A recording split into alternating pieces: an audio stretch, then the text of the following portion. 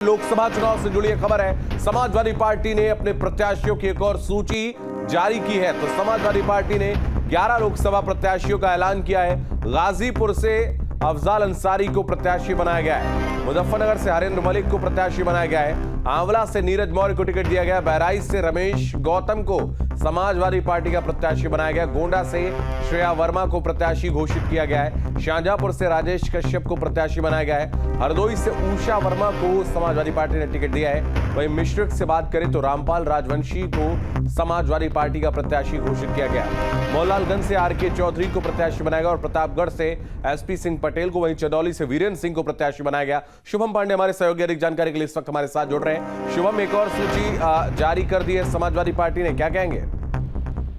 जी बिल्कुल, देखिए कि आज एक बार फिर से समाजवादी पार्टी ने अपनी दूसरी सूची जारी कर दी है। 11 प्रत्याशियों के नाम घोषित किए हैं। खास तौर से मुजफ्फरनगर, आंवला, शाहजहांपुर, हरदोई, मिश्रिक, मोहनलालगंज, प्रतापगढ़, बहराइच, गोंडा, गाजीपुर, चंदौली, इन सीटों पर प्रत्याशी घोषित कर दिए गए। अफजाल अंसारी, जो मुख्तार अंसारी, माफिया मुख्तार अंसारी के भाई हैं, उनको फिर से एक बार मौका दिया गया है। चंदौली से वीरेंद्र सिंह को मौका दिया गया है।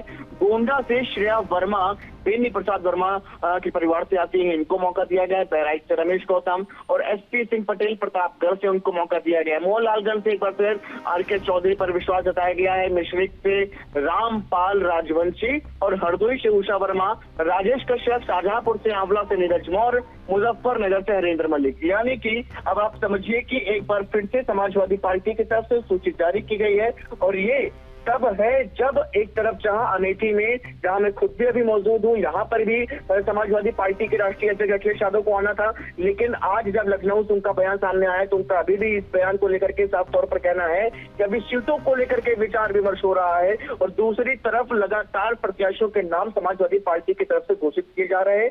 निश्चित तौर पर अब देखना ये होगा कि कांग्रेस पार्टी का क्या इस पर स्टैंड होता है। और बिल्कुल, तो अफजाल अंसारी की अगर हम बात करें, उनको समाजवादी पार्टी से टिकट मिला है। ये कहीं ना कहीं चौंकाने वाला नाम है। शुभम जी बिल्कुल, देखिए कि माफिया मुख्तार अंसारी के ऊपर एक तरफ लगातार जहां उत्तर प्रदेश की योगी सरकार शिकंजा कस रही है, उनसे संबंधित जो लोग हैं, जो गलत तरीके से जिन्होंने उत्तर प्रदेश में अपनी जो है संपत्ति बनाई, उसके ऊपर बुलडोजर चलाने का भी काम किया जा रहा है। उनके गुर्गों को पूरी तरह से समेटने का काम किया जा रहा है। तो वहीं अब उनके भाई को एक बार फिर से, भाई के ऊपर समाजवादी पार्टी ने विश्वास जताया है। ये निश्चित तौर पर चौंकाने वाला जरूर है, लेकिन ये भी बिल्कुल इसमें हैरत वाली बात नहीं होनी चाहिए कि माफियाओं से और गुंडों से, तमाम तरह के इस तरह के तत्वों से समाजवादी पार्टी का पुराना नाता रहा है। तो निश्चित तौर पर आप समझिए कि अगर ये मौका दिया गया है तो अपने आप में पूरी रणनीति के साथ सोच समझ करके फैसले लिए जाए। बिल्कुल, मुजफ्फरनगर सीट की बात करें, हरेंद्र मलिक को यहां से प्रत्याशी बनाया गया है। जाट चेहरा है हरेंद्र। और अगर हम बात करें मुजफ्फरनगर की, तो आरएलडी से गठबंधन टूटने के बाद हरेंद्र मलिक पर विश्वास जताना कहीं ना कहीं ये कहा जा सकता है कि जब से जयंत अलग हुए हैं तब से हरेंद्र मलिक को और भी ज्यादा वरीयता दी गई है। जी बिल्कुल, देखिए कि ये सूची निश्चित तौर पर इस मामले में भी चौंका रही है, क्योंकि जब तक आरएलडी के साथ गठबंधन की स्थितियां लगभग अच्छी दिख रही थी, बेहतर दिख रही थी, तब तक पश्चिमी उत्तर प्रदेश की तरफ समाजवादी पार्टी का यूपी राष्ट्रीय अध्यक्ष अखिलेश यादव, उस तरफ पूरा जिम्मा आरएलडी के राष्ट्रीय अध्यक्ष जयंत चौधरी को सौंप करके रखा था। लेकिन इस बार इस सूची में मुजफ्फरनगर में भी अपना प्रत्याशी समाजवादी पार्टी ने दिया है। हरेंद्र मलिक जाट चेहरा है, जो समाजवादी पार्टी के लिए मुफीद भी रह सकते हैं। और ऐसे में चूंकि अब आरएलडी साथ में नहीं होती हुई दिख रही है, तो ये फैसला भी मुजफ्फरनगर को लेकर के आज एक प्रत्याशी का नाम की घोषणा कर दी है।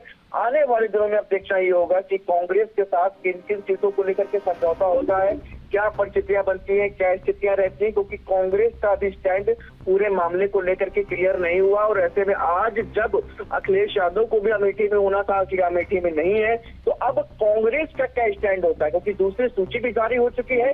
वो लगातार हाईकमान की बात कर रहे थे। आज अमेठी में अखिलेश यादव को आना था, जो कि नहीं आए।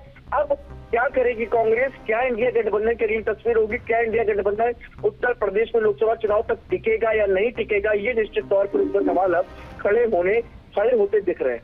शुभम, पहली सूची जब समाजवादी पार्टी की जारी हुई थी तो उसमें समाजवादी पार्टी के अध्यक्ष अखिलेश यादव के परिवार से 3 सदस्यों के नाम थे, और जिसको लेकर सदन में मुख्यमंत्री ने व्यंग भी किया था कि चाचा को एक बार फिर से छोड़ दिया गया है। और अब दूसरी सूची में भी उनका नाम नहीं है।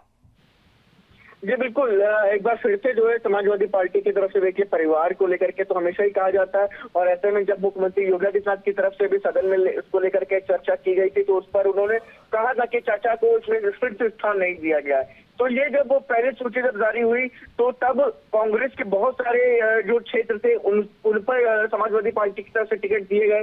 जिन सीटों पर करीब 2009 में कांग्रेस के प्रत्याशी जीतते आए उन सीटों पर भी सपा ने अपने प्रत्याशियों को उतार दिया था। उसके साथ ही साथ परिवार के बीच तमाम चेहरों को भी चुनाव में मौका दिया था, और ऐसे में इस बार की सूची में उम्मीद लगाई जा रही थी कि हो सकता है शायद कि इस बार शिवपाल सिंह को इस बार जहां से भी वो चुनाव लड़ना चाहते हैं उनको इस बार मौका दिया जाए। इस बात को लेकर के मुख्यमंत्री योगी आदित्यनाथ ने तंज भी एक हिसाब से कसा था सदन में, लेकिन इस बार भी शिवपाल सिंह यादव का इस पूरी सूची में नाम नहीं है। अब देखना ये होगा कि आखिर कब तक शिवपाल सिंह यादव को अपना इंतजार कब तक करना पड़े। ठीक है, बहुत धन्यवाद आपका हमारे साथ जुड़ने के लिए, तमाम जानकारी के लिए बहुत शुक्रिया शुभम।